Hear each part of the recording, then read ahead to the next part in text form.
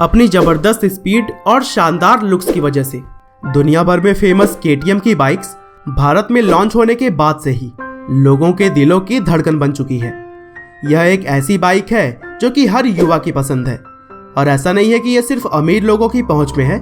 इसकी कीमत इतनी लाजमी तो है कि इसे हर बाइक लवर अगर चाहे तो खरीद सकता है। वैसे तो KTM ने भारत के बाजार में कुछ ही सालों पहले दस्तक दी है, लेकिन थोड़े समय में ही यह मोटरसाइकिल्स की दुनिया में शिखर पर पहुंच चुकी है, और शायद ही कोई ऐसी बाइक होगी जिसे कि इतने कम समय में इतना प्यार मिला हो। और दोस्तों, KTM बेसिकली ऑस्ट्रिया की मोटरसाइकिल और स्पोर्ट्स कार बनाने वाली कंपनी है, जो कि KTM इंडस्ट्रीज AG और बजाज ऑटो के द्वारा ऑपरेट की जाती है। दरअसल दोस्तों, KTM AG की स्थापना 1992 में हुई थी, लेकिन इस कंपनी की असल शुरुआत तो आज से कई सालों पहले 1934 में ही हो गई थी।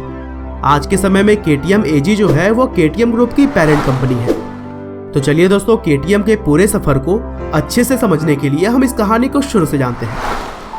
तो दोस्तों, इस कहानी की शुरुआत होती है साल 1934 से, जब ऑस्ट्रिया के एक इंजीनियर जोहान ट्रंकेनपोल्ज ने एक कार रिपेयरिंग के दुकान की शुरुआत की, और फिर अगले 2 सालों में उन्होंने DKW ब्रांड की मोटरसाइकिल्स और ओपल कंपनी के कार्स बेचने भी शुरू कर दिए। उस टाइम उनकी दुकान का नाम क्राफ्टफर्जुक ट्रंकेनपोल्ज मैटिगोफेन हुआ करता था, जिसे कि हम शॉर्ट में KTM भी कह सकते हैं। लेकिन आगे चलकर वर्ल्ड वार स्टार्ट हो गया, और उस दौरान जोहान सेना में शामिल हो गए, और फिर कुछ सालों तक घर के खर्चों को चलाने के लिए उनकी वाइफ ने ही पूरे बिजनेस को संभाला। लेकिन जब वर्ल्ड वार खत्म हुआ तो रिपेयरिंग के काम में बहुत मंदी आ गई, और इसी दौरान ट्रंकेनपोल्ज ने अपनी खुद की मोटरसाइकिल्स बनाने का फैसला किया, और फिर उनकी पहली मोटरसाइकिल R100 का प्रोटोटाइप 1951 में बनाया गया। इस मोटरसाइकिल में रोटेक्स कंपनी का इंजन लगा था, और इसके अलावा मोटरसाइकिल्स के ज्यादातर पार्ट्स को दुकान पर ही बनाया गया था। 2 साल तक जब मोटरसाइकिल की जांच पूरी तरीके से कर ली गई, तो फिर 1953 में मोटरसाइकिल का प्रोडक्शन करना भी शुरू कर दिया गया। उस वक्त कंपनी में सिर्फ 20 एम्प्लॉयज काम किया करते थे, लेकिन एक दिलचस्प बात यह थी कि सिर्फ 20 लोगों के साथ भी कंपनी हर दिन करीब 3 नई बाइक्स बना लिया करती थी। हालांकि दोस्तों, अभी तक यह कंपनी रजिस्टर्ड नहीं की गई थी, लेकिन 1953 में अर्नेस्ट क्रॉनरिफ नाम के एक बिजनेसमैन ने कंपनी में इन्वेस्टमेंट किया। उसके बाद कंपनी को क्रॉनरिफ ट्रंकेनपोल्ज मैटिगोफेन नाम के साथ रजिस्टर्ड किया गया। 1954 में कंपनी ने R125 टूरिस्ट नाम की एक बाइक लॉन्च की, और इसके बाद ही ग्रैंड टूरिस्ट और स्कूटर मिराबेल को 1955 में लॉन्च किया गया।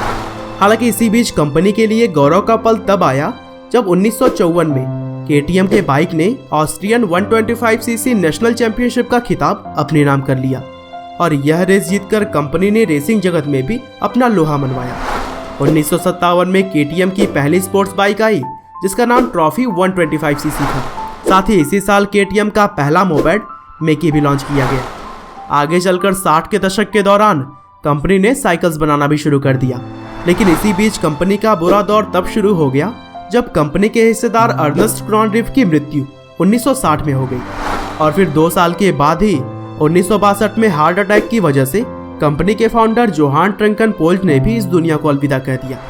और दोस्तों, यह दौर कंपनी के लिए बहुत ही बुरा साबित हो रहा था। अपने पिता की मृत्यु के बाद एरिस ट्रंकेनपोल्ज ने कंपनी को मैनेज करने की जिम्मेदारी अपने सर पर उठाई, और उन्होंने कंपनी को एक नए सोच के बलबूते आगे बढ़ाया। एरिस ट्रंकेनपोल्ज के समय कंपनी ने काफी विकास किया, और 1971 में इस कंपनी में काम करने वाले लोगों की संख्या 400 से भी ज्यादा हो चुकी थी।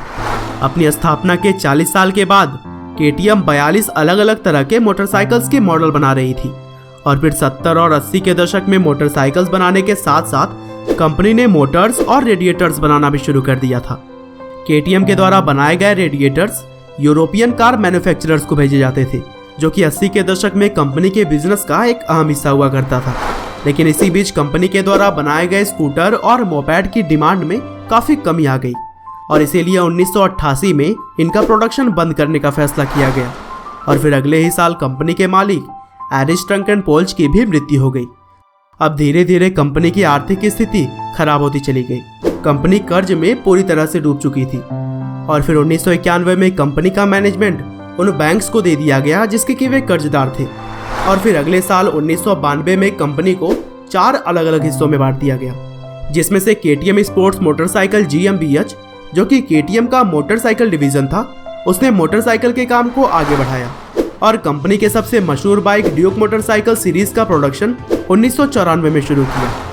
1997 में कंपनी ने LC4 सुपरमोटो और एडवेंचर बाइक्स की शुरुआत की और फिर आगे चलकर 2007 में Indian motorcycle manufacturer Bajaj auto ने KTM के 14.5% शेयर को खरीद लिया और फिर 2013 आते आते बजाज ऑटो के पास कंपनी की 47.97% की हिस्सेदारी हो चुकी थी। 2012 में KTM स्पोर्ट मोटरसाइकिल GmbH का नाम बदलकर KTM AG कर दिया गया और 2015 आते आते कंपनी का टर्नओवर 1 बिलियन यूरो को छू गया। साथ ही इस कंपनी में काम करने वाले लोगों की संख्या 2515 पहुंच चुकी थी। और दोस्तों KTM की आजकल की फेमस बाइक KTM 200 ड्यूक को महाराष्ट्र के चाकड़ में बजाज ऑटो के प्लांट में बनाया जाता है।